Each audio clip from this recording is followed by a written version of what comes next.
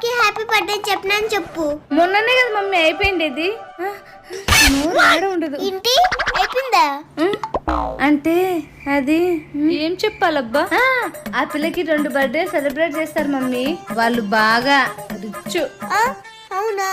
డబ్బులుండే వాళ్ళు అలానే చేసుకుంటారేమో. సర్లే నువ్వు వెళ్ళిరా. సరేమా. A few moments later. Hi Chaya. Hi Vidya, ఎలా ఉన్నావే? బాగున్నాను, నువ్వెలా ఉన్నావే? నేను బాగున్నానే, రా లోపలికి. వస్తావో రావో అనుకున్నానే.